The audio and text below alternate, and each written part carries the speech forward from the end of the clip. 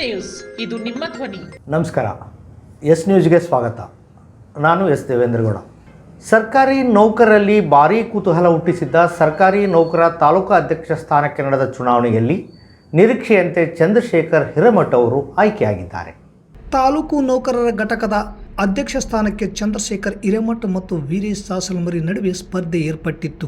ಇಂದು ನಡೆದ ಚುನಾವಣೆಯಲ್ಲಿ 34 ನಿರ್ದೇಶಕರು ಮತದಾನ ಮಾಡಿದ್ದು, ಚಂದ್ರಶೇಖರ್ ಹಿರೇಮಠ ಅವರಿಗೆ 22 ಮತ, ವೀರೇಶ್ ಸಾಸಲಮರಿ ಅವರಿಗೆ 12 ಮತಗಳು ಲಭಿಸಿದ್ದು, 10 ಮತಗಳ ಅಂತರದಿಂದ ಚಂದ್ರಶೇಖರ್ ಹಿರೇಮಠ ಜಯಭೇರಿ ಬಾರಿಸಿದ್ದಾರೆ.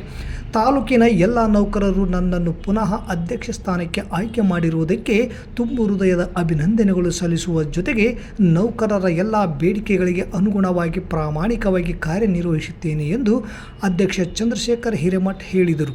ತಾಲೂಕು ಮಟ್ಟದ ಅಧಿಕಾರಿಗಳಿಗೂ ಮತ್ತು ಸಮಸ್ತ ನೌಕರರಿಗೂ ಈ ಒಂದು ಸಂದರ್ಭದಲ್ಲಿ ನಾನು ಧನ್ಯವಾದಗಳನ್ನು ಸಲ್ಲಿಸಲಿಕ್ಕೆ ಇಚ್ಛೆಪಡ್ತಾ ಇದ್ದೀನಿ.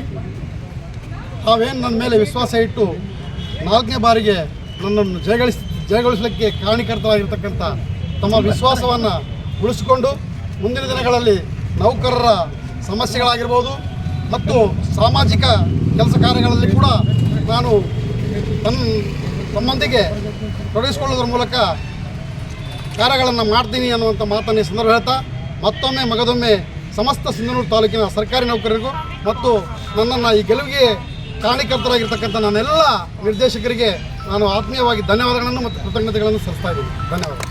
ಒಂದು ಅಂದಾಜಿನ ಪ್ರಕಾರ ಚಂದ್ರಶೇಖರ್ ಹಿರೇಮಠರ ನಿರೀಕ್ಷೆಯಂತೆ ಮತ ದೊರೆತಿಲ್ಲ. ಪಕ್ಕದಲ್ಲಿಯೇ ಇದ್ದು ಚೂರಿ ಹಾಕಿದವರು ಯಾರು ಎನ್ನುವ ಪ್ರಶ್ನೆ ಕಾಡುತ್ತಿದ್ದು, ಅವರು ಯಾರು ಎನ್ನುವ ಶೋಧ ಪ್ರಾರಂಭವಾಗಿದೆ. ಈ ವೇಳೆ ಇಲಾಖೆ ನೌಕರರು ಅಧ್ಯಕ್ಷ ಚಂದ್ರಶೇಖರ್ ಹಿರೇಮಠ, ರಾಜ್ಯ ಪರಿಷತ್ ಸದಸ್ಯ ದೊಡ್ಡಲಿಂಗಪ್ಪ, ಖಜಾಂಚಿ ವೀರನಗೌಡ ಅವರನ್ನು ಸನ್ಮಾನಿಸಿ ಗೌರವಿಸಿದರು.